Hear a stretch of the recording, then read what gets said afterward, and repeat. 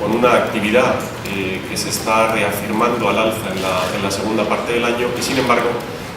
a las puertas de cambios de política económica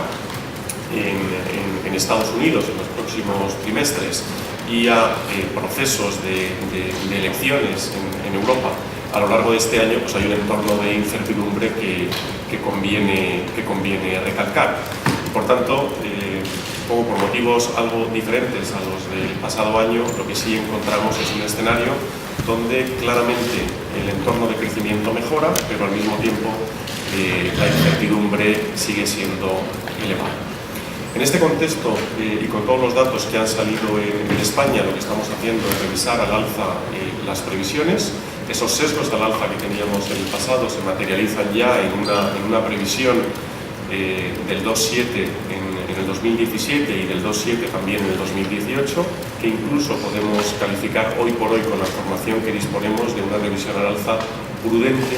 con los datos que tenemos encima de la mesa. Y lo que sí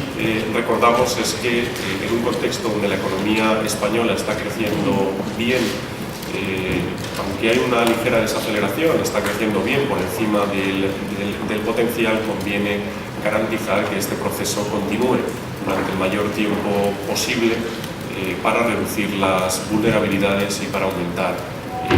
la creación de empleo y la reducción de la tasa de desempleo. Tras 2 años en los que la economía española, en 2015 y 2016, ha estado creciendo por encima de la economía mundial, tenemos una desaceleración que está siendo más gradual, que está aguantando mejor de lo previsto y que por lo tanto nos permite con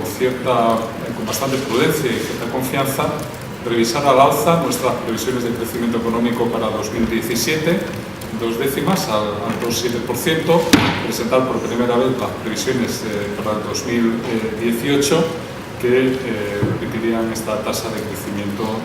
de este año, ¿no? En contexto, ¿no? ¿Qué significan estas tasas de crecimiento del 2,7? Estamos hablando aproximadamente de casi medio punto más de crecimiento de lo que ha sido el promedio histórico desde la década de los 80, un punto más de crecimiento de lo que va a crecer la eurozona. Si se cumplen estas previsiones durante estos 2 años, estaríamos hablando, de acuerdo con nuestras previsiones, de creación neta de empleo por encima de 900.000 puestos de trabajo y una reducción de la tasa de desempleo que este año se situaría en promedio en el 17,5% y el año que viene ya por debajo del 16%, en el 15,8%. Estamos hablando, por lo tanto, de más de 8 puntos de caída de la tasa de desempleo con respecto al máximo registrado durante la crisis económica. La preocupación, si quieres, más estructural dentro de este proceso de elecciones